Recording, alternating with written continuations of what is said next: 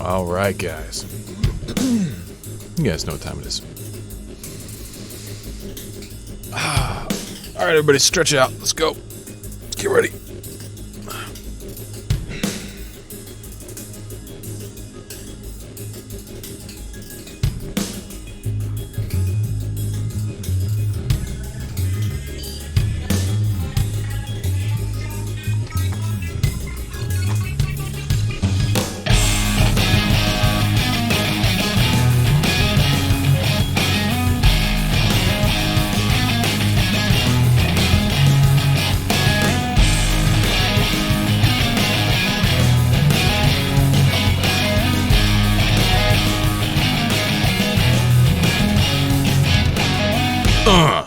All right.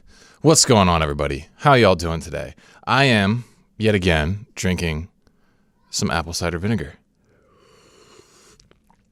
I got the kind that was mixed with, the honey and some kind of spice cayenne pepper or something like that. And then a number of you guys got on my case about say, you shouldn't drink that stuff, Mark. It's gonna erode the enamel of your teeth because it's so acidic.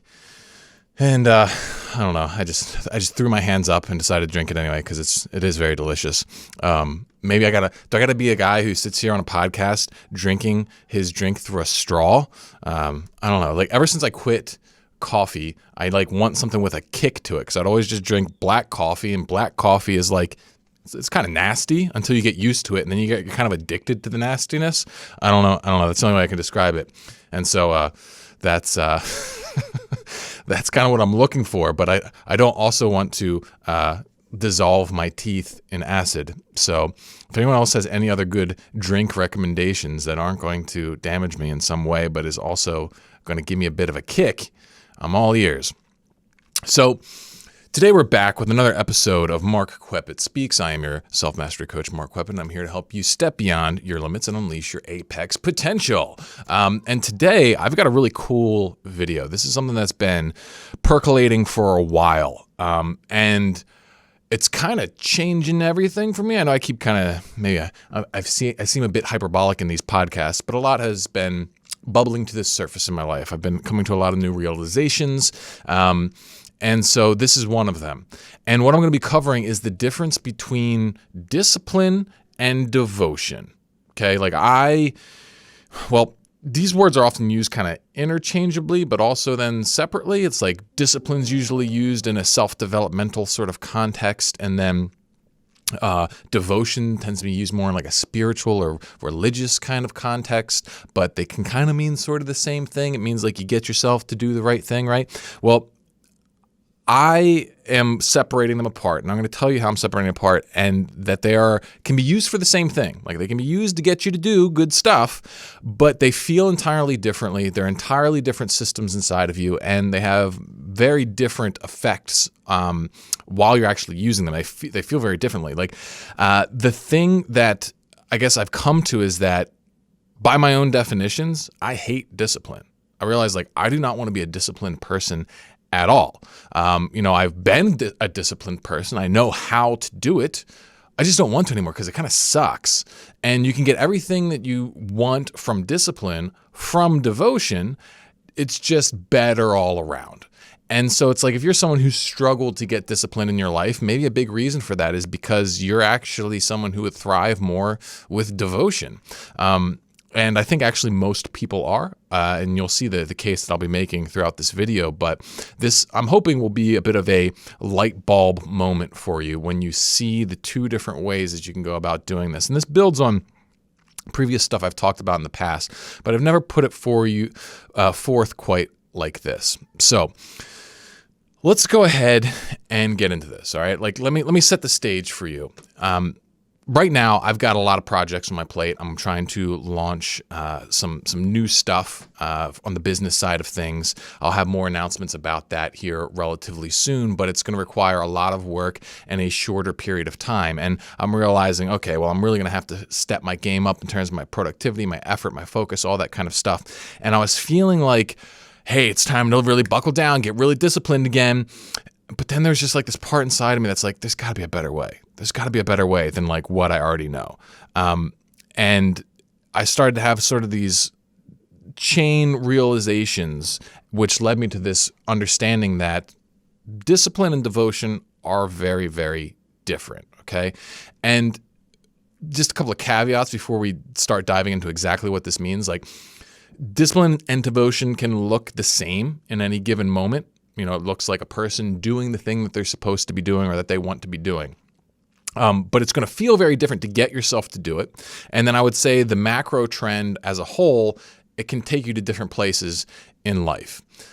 Also, some people who are think they're practicing discipline, they are, by my definition, actually practicing devotion, and vice versa. And then people also switch between the states. So I know I'm kind of taking some linguistic liberties here, semantic sort of technicalities or whatever, but just bear with me, accept these definitions, run with me, and I think you're going to pick up something really useful.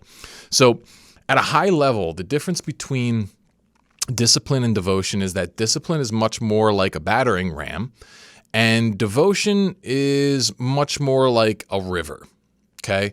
It's like discipline can be very high impact, it can work very quickly, but I would also say there's a lot of kinetic force involved. And so there's a lot of learning how to really construct those high impacts, learning how to actually manage them safely, because you can very quickly burn yourself out on discipline.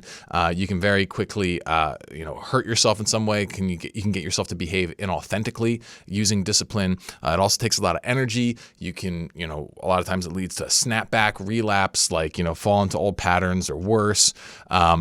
And it can also just cause you to treat yourself poorly, as we'll see, and cause you to deny some of your fundamental values.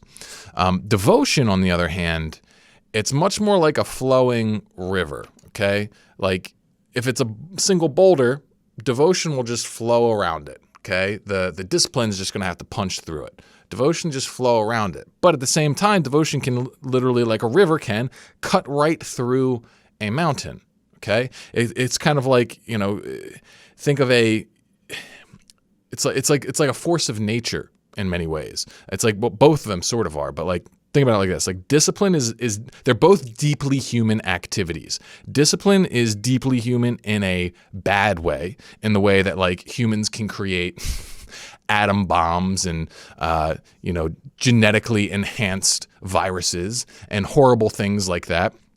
We can create things that in nature wouldn't be created, right? And so discipline, I would argue, is actually one of those things.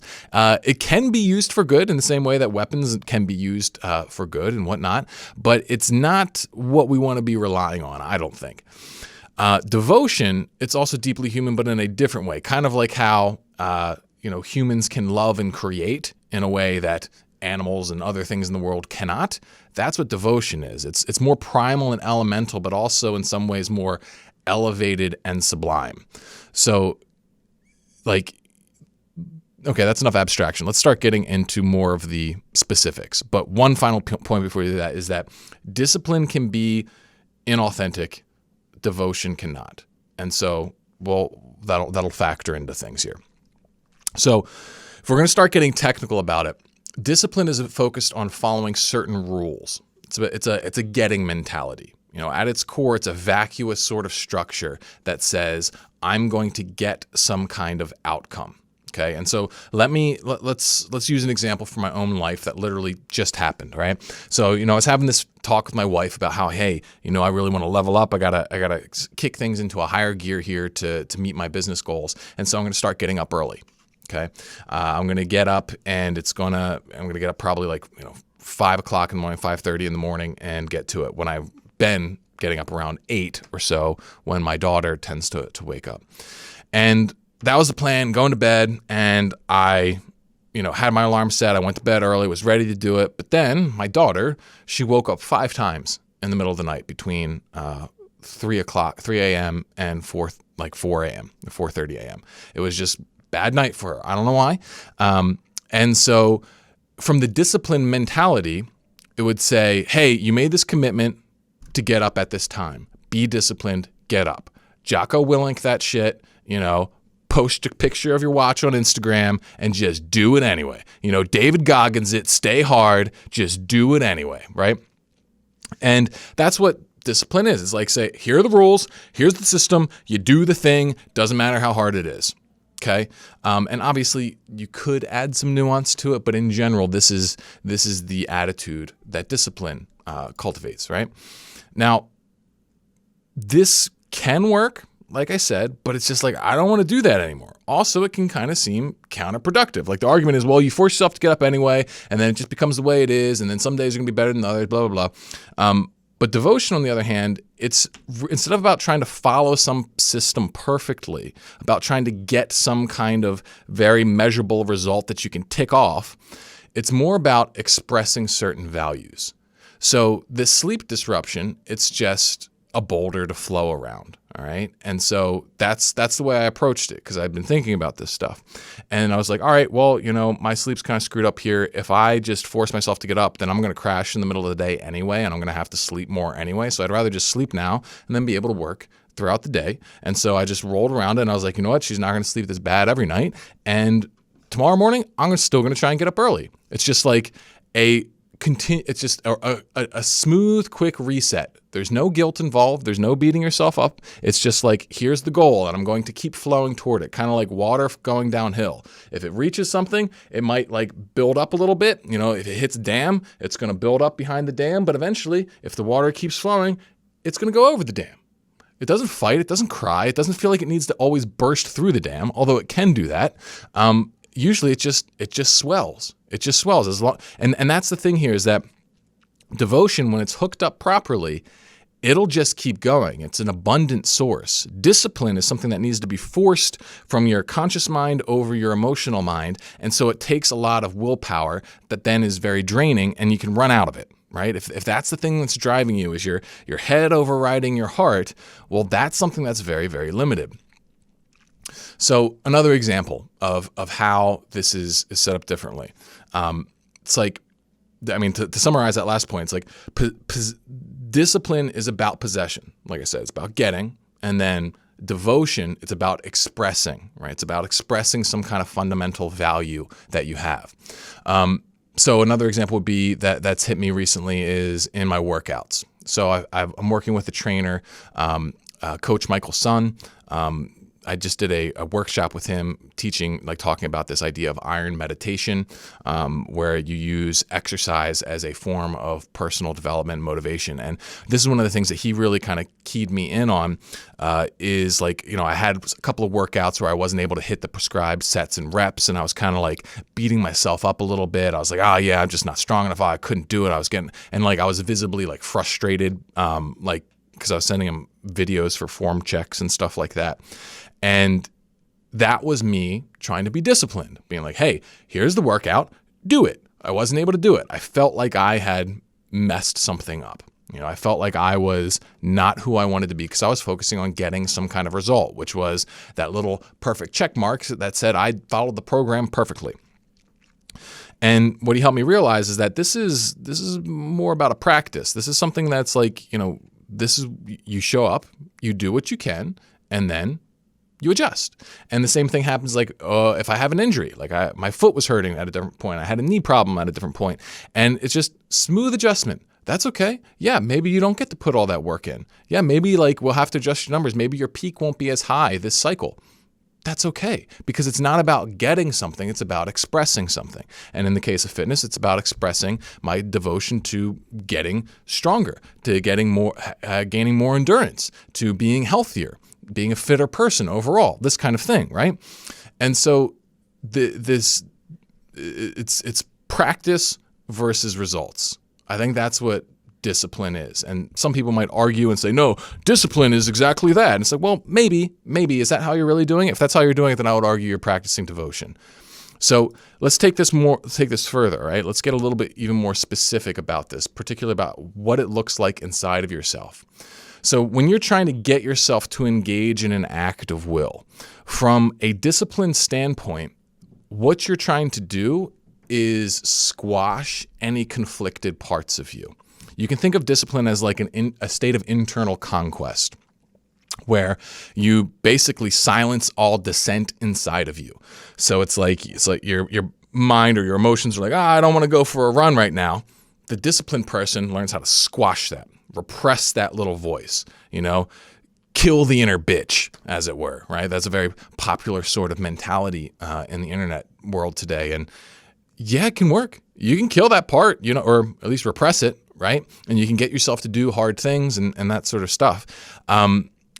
But the problem with this is that it basically puts you at war with yourself, right? That's the whole thing. And the question then becomes, how do you actually generate the energy to do that? How do you create the psychological pressure to engage in that forceful repression, right? Well, fundamentally, I think discipline is fear-based. It's like, well, if you don't do this thing, well, then what happens to you? Right? Oh, you miss out on your goal. Oh, you don't get the thing that you want. Oh, you're a piece of shit. Oh, you're a little fatty, or oh, you're a little weakling, or oh, you're a little lazy, or like whatever it is, whatever the name is you call yourself. That's all you have to rely on when you can't get that spike of dopamine that automatically motivates you. And yes, sometimes via discipline or devotion, you're going to fall into a nice groove of dopamine where it's like you're hooked on what you're doing, whether it's your training, your productivity, your spiritual practice, whatever it is. There'll be periods where like your brain gets a little buzz from doing it and you're excited and you don't even need to try anymore. It's just like you just do it because you want to do it, right? And that's awesome. But when you don't, the disciplined approach uses fear and the whip against yourself. You have to create that psychological pain inside of you and make that pain greater than the perceived pain of, not doing the thing, or the perceived pain of doing the thing. And so it's like you got to be more painful inside, and that'll drive you through. Devotion, on the other hand, okay, it is not about repression. It's in fact the exact opposite. All right, it's aspirationally based. It's about connecting to your desires and turning your desires up as much as possible. All of them, okay, all of them, because the idea with devotion is that the good guy's going to win inside of you as long as you give him the space to work. Now, there's a cost to this. The cost is that you have to allow for conflict inside of you. Because the thing that disciplined people, I think, are terrified of in many ways, and I know this because I was a disciplined person, and I know how to be a disciplined person, and really what you cannot allow for is dissent inside of yourself, at least not much of it. If you want to maintain the discipline, you cannot allow any kind of conflict. You got to rule with an iron fist, because as soon as you start getting cracks in the coherence of your drive, all of a sudden your power goes, takes a nosedive. And so allowing conflict for the disciplined person is really not useful, okay? And so they get really good at squashing it. And this is actually something that I'm trying to unlearn, is that I've built up this reflex to squash any emotional reaction that doesn't line up with my most immediate, desires that I put on paper. And this actually doesn't really serve super well, because it puts you in a position where you are disconnecting yourself from pieces of your psyche. You're actually cutting yourself off from these different parts of you. And these parts, they all hold a lot of energy. And you just actually are kind of becoming less of yourself. You're kind of like repressing a big chunk of it. And then you got all this free-floating energy and desire that you don't look at because it threatens the coherence of your narrative. And then it just comes out usually in inauthentic ways, in some kind of escape, some kind of coping mechanism, some kind of anger, some kind of something like that. And so devotion allows everyone to have a seat at the table. Okay, doesn't necessarily mean that everybody gets to drive the ship, but allows everyone, meaning all the pieces of your subpersonality, all the pieces of your personality, all the pieces of your mind, all your emotions, thoughts, and feelings, they can all come to the table. Okay, and then what you do then is you have to allow all of it to go up to max volume.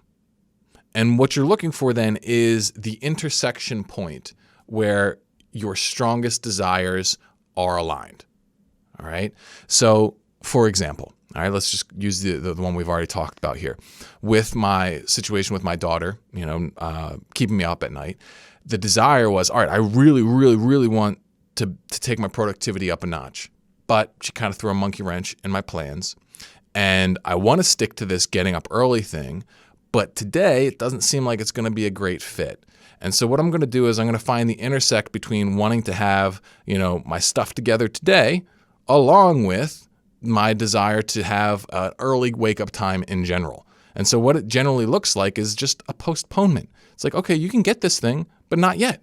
You don't get to have that little gratifying win of forcing yourself to get up early because you're trying to do something that actually seems a little bit smarter given the current circumstance. Now, if she didn't do that, if she didn't wake up, well, then I would have made myself get up and it would have been fine. But devotion lets like all the desires come up. And what this ends up at, practically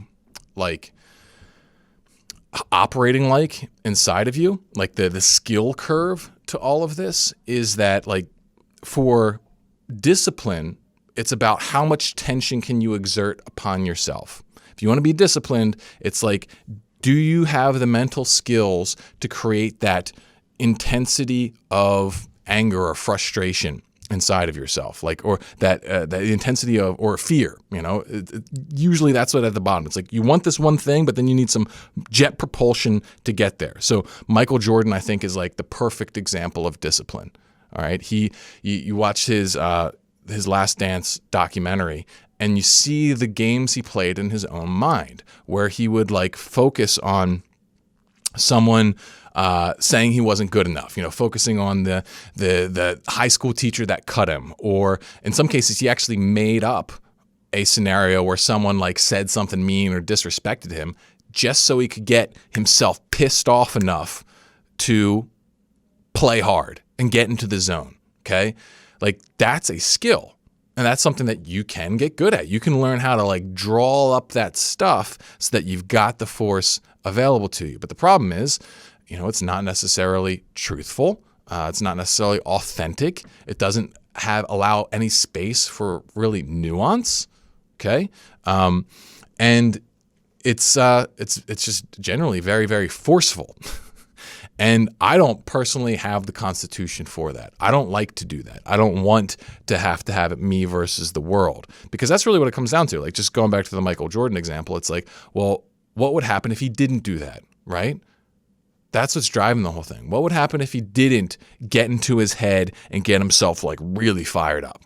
Well, he knows he probably wouldn't perform as well, because I don't think he understood devotion in the way that I'm talking about it. And so what would that mean? I mean, he wouldn't perform as well, and he wouldn't be the great person that he felt like he needed to be.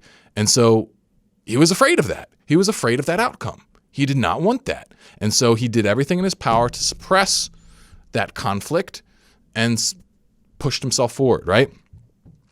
So the skill on the other side of it, on the devotional side, is learning how to actually draw upon those deeper, more real desires in the moments that matter. And what's interesting here is that with discipline, it's really about generating tension. It's about learning how to think about the things that get you ready to go, ready to fired up and ready to, chew through a brick wall with your teeth. Okay. Devotion's the other way. It's like I was saying, it's like water. It's like you have to become more supple. You have to become more relaxed. Because what I found is that it's kind of like devotion's like this combustion sort of engine. It's all right. You let these tensions build up inside of you of your desires. So, for example, say, let's just make it real simple. Say you want to, follow your diet. My wife gets mad at me because I always use diet examples, but they're super simple and everybody gets them. So, say you don't want to eat a cookie, but you want to eat a cookie, right? It's like, I'm trying to not eat sweets, but I got one right here and it looks really good. So the devotional approach would be to let both of those desires sit inside of you, okay? And in order to do that, you have to relax. You have to relax, because if you tense up when you have conflicted desires, you will very quickly break. It's kind of like you're building a container for this combustion engine to happen inside of you. And this combustion, it's a polarity. It's between one desire that wants to go one way and one desire that wants to go another way. And what we want to do is we want to feed both of them attention, feed them both truth and awareness, and they're both going to grow. Because that's what happens is when you look at a desire and you give it attention, you allow it to your imagination to start running with it, then it's going to stoke emotion. So for example, if you give air to the idea of eating that cookie, well, then you're going to imagine that cookie and you're going to imagine how good it feels. And that's going to actually increase your desire for it, right? It's going to bring the desire up to here. Now, what happens if you think about the other side? If you think about, well, what are you trying to accomplish with your diet? Maybe you're trying to have, more stable energy levels so that you can be more productive. You want to get in better shape. You want to be able to perform better with your workouts. And you start building an image of like, well, what would it look like if I actually did that? Well, I'd be stronger. I'd be more productive. I would look better at the beach, like all these sorts of things. And that would bring your desire up as well. And so if you can stay in that long enough, you can stay in that conflict, you can hold it and you can fan those flames, then one desire is going to end up bigger than the other. And my belief and my experience is that the true desire does win out. But only if you give it the time, only if you're able to actually be fully present with it. And this does take some skill because you got to be able to process limiting rationalizations and bullshit and that kind of stuff as they come up inside of you. And you need to be able to actually avoid acting out on autopilot, because it's like if you're not relaxed while this goes on, then it's kind of like the container breaks and then the energy spills out. And usually what that means is you just take the path of least resistance. So, if you're in that moment of making the decision and trying to hold these conflicted desires, then you just get tensed up and frustrated or whatever, then you're just going to lash out and you're probably going to just do the thing that's impulsive and doesn't quite serve you. Okay. So there is skill involved in this, and it's going to feel very foreign to people who are used to relying on discipline. And in fact, just like with anything, you might actually become less like the person that you want at first. You may feel like you have less control when you're transitioning between these. So it's kind of like, if you are someone who spent your whole life using Apple computers, and you're pretty good at using Apple computers, but then you switch over to PC or Linux or something like that, all of a sudden you're not going to be able to get around as quickly. It doesn't mean that you've lost intelligence or power. It just means that you're trying a new system and it's not as easy for you yet. And so your productivity might actually go down for a little bit before it goes back up. But the point here is that if you do this with devotion, I think what you're potentially stepping into here is something unlimited. It's an abundant source, because if you watch any of my previous videos in this series, it's about tapping into that authentic expression. And there's an unlimited amount of you inside of you. There's an unlimited amount of expressive potential inside of you. And if you learn how to simply just turn all your desires up, well, then the good stuff's going to bubble to the top, and it's just always going to be there. It's like a cup constantly overflowing. Discipline, however, is different. It's like you've got a finite amount of resources that you can use to kind of repress and prune your life. And you can get better at it, and you can get very focused and concentrated on it, but it's going to limit you. And again, the ways in which it limits you, I think, are very, very important, because discipline is something you can do inauthentically. So you can discipline yourself to work toward a career that you actually don't want. And people do this all the time. It's like, oh, my mom says I got to be a doctor or a lawyer. And then they work really hard. They use a lot of discipline. They become that thing. They hate their life. You can't do that through devotion. You just can't, because authentically, there's no desire to really turn up there, right? You'd have to rely on something else, which in this case would be something like fear of rejection by your parents or whatever the thing is. So what happens if you experience failure? Okay. From the disciplined mindset, say you were supposed to do something and you didn't, the disciplined person will beat themselves up. They'll be very hard on themselves. And sometimes they'll even take it as a badge of honor, how hard that they're supposed to be on themselves. But in general, I don't know if this really helps people. It can if they use it productively. If you go through it and you actually rationally break down exactly what you did wrong and get clear on exactly what you would do differently next time, you can 100% improve. But it doesn't really necessarily it just makes it so that you can maybe push yourself a little bit harder next time, right? Or have a clearer understanding of what you would want to do differently next time under the threat of force. That's what discipline is, right? And so the alternative is, in devotion, it's just more desire. Like if you screw something up, like say you miss a workout just out of laziness or whatever, from the devoted mindset, you would still have that frustration, but you would have to purify it a little bit. You would have to get down to the heart of it. You wouldn't be like, oh, you stupid, person, and you're lazy. You're not going to be lazy like that again. Next time you better do your workout, blah, blah, blah. Instead of looking at it like that, it's like, I missed that workout. And there's going to be this feeling of like, dang. And what you want to do is you want to delve into that. And what's at the root of that desire? It's just the desire to engage in your practice, to engage in that act of authentic expression that says, that the authentic me would have done that workout. And you can, through missing out on it, you can actually long for it more. It can actually make that desire burn more brightly for you. And in many ways, I almost wonder if this is not the mechanism that goes on when someone hits rock bottom, is that they almost like need to build up enough of a reservoir of like desire for themselves, where they need to actually build up this storehouse of like, man, I really want something better than this. And once they have that amount, then maybe they can, break through the dam or flood right over it of that resistance and really start making some moves. So the question here then, if we're going to take this further, right? Like, how can we get better at this stuff? How can we continue to improve in our path of devotion? Well, with discipline. Well, sorry. Let me rephrase that. What does it look like if we were going to take it further? Okay, discipline. I think it's like, how quickly can you get in touch with your deepest fears, right? How can you more effectively create emotional domination? Okay, and this kind of stuff, it's generally sort of like myopic. The less nuanced, the better. This is how someone becomes like an extreme outlier in something that's like selfish or weird, right?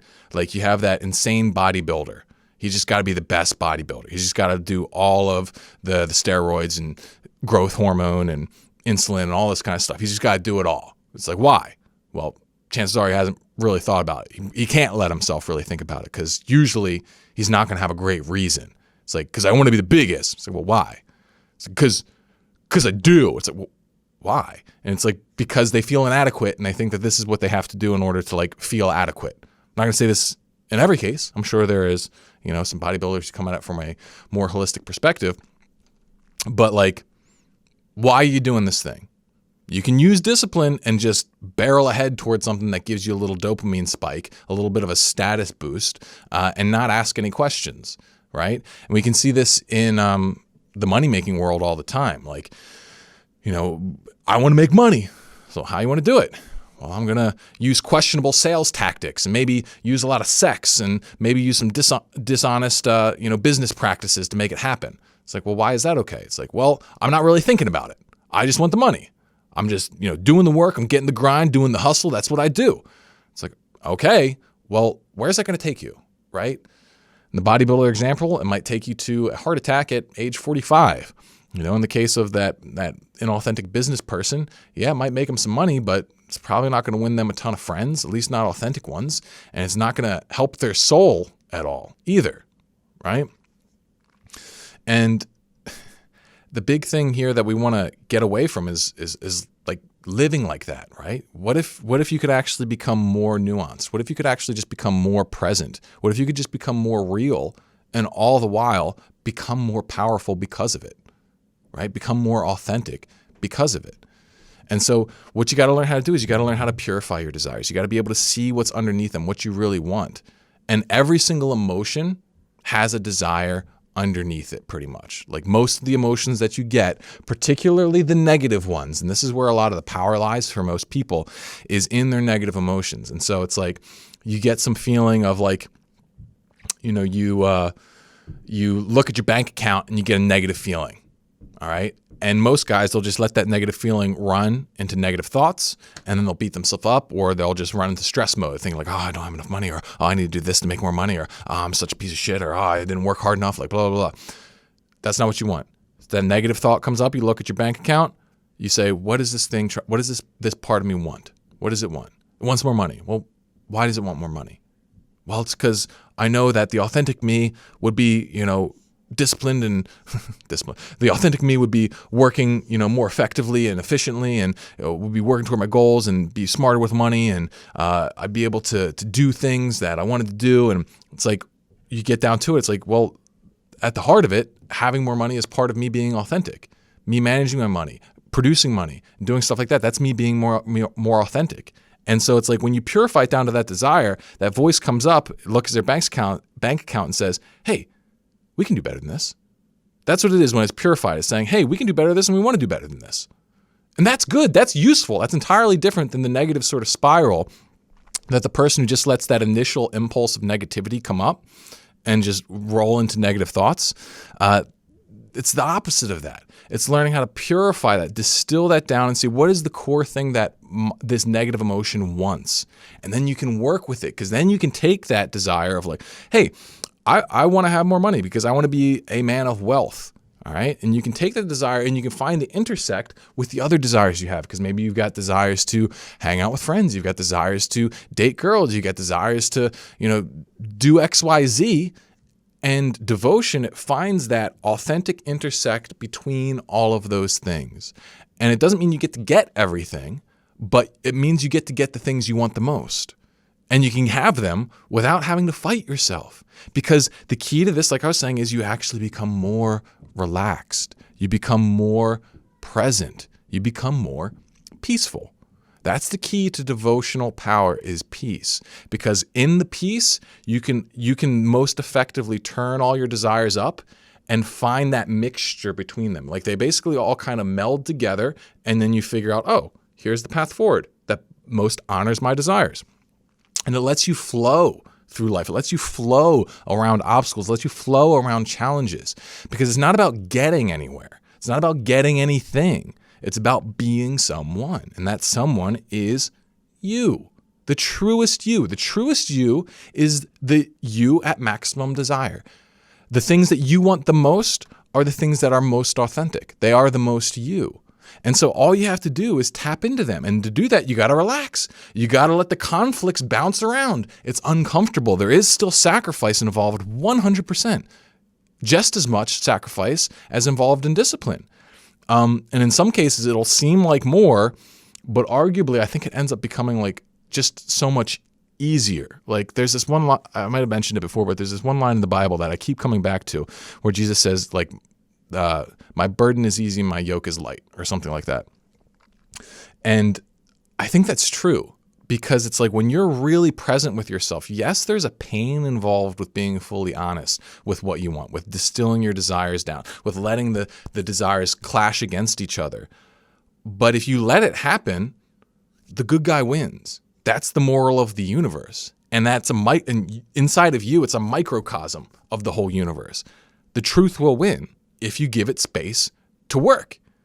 That's all you got to do, is you just got to give it space to work. And the big thing that happens then when you do this is like you start interacting with yourself in a win-win instead of a win-lose scenario. Because when you're operating from a place of discipline, then anything that doesn't line up with your discipline goal, you got to squash. You got to kill it. You got to make sure it loses. It's like the part of you that wants the cookie, fuck you, man. You're losing. The part of me that wants to get ripped, he wins. Okay? That's what you got to constantly do. So you're losing as much as you're winning on the path of discipline. But on the path of devotion, you want all the parts to win, right? You want all the parts to win. And if something's completely incompatible, usually you can just boil it down more. You can distill it more, right? Like, so for example, there was a period where I was like hooked on playing games because it let me like connect with some family members and friends that I wasn't seeing otherwise. I was playing like these video games, and it wasn't really meshing with my schedule or my productivity or something like that. And I felt conflicted. It's like, oh, well, I want to be able to connect with my friends, but I also like want to like be able to take my productivity up another level. And I felt like there was no resolution. And so what I realized is I actually had to go deeper with it.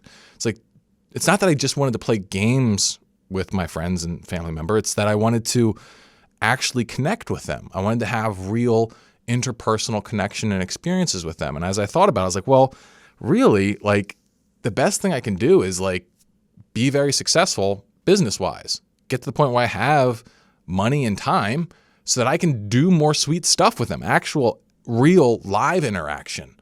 That would be more valuable to me than being like just this hardcore gamer that's always playing with them every night. Like that's not necessarily bad, but that's not necessarily who I want to be. I'd rather be the guy who has the nice place that can invite everybody over, can have a party, can, afford to take people out on, different kinds of events and adventures and that kind of thing. Like that's more appealing to me. And so I was able to find this intersect.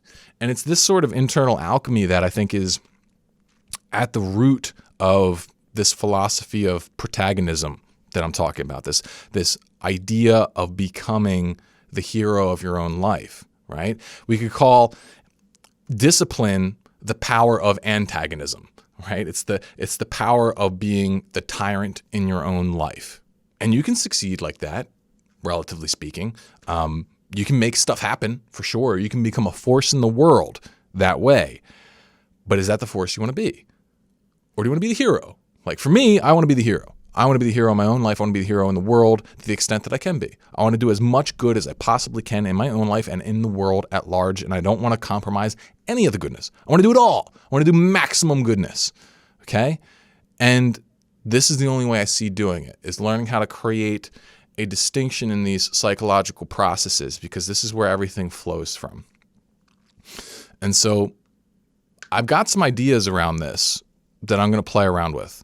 Particularly, the one thing that's got me wondering here as these concepts solidify is, I wonder if you don't have to be so incremental if you're really tapping into devotional energy.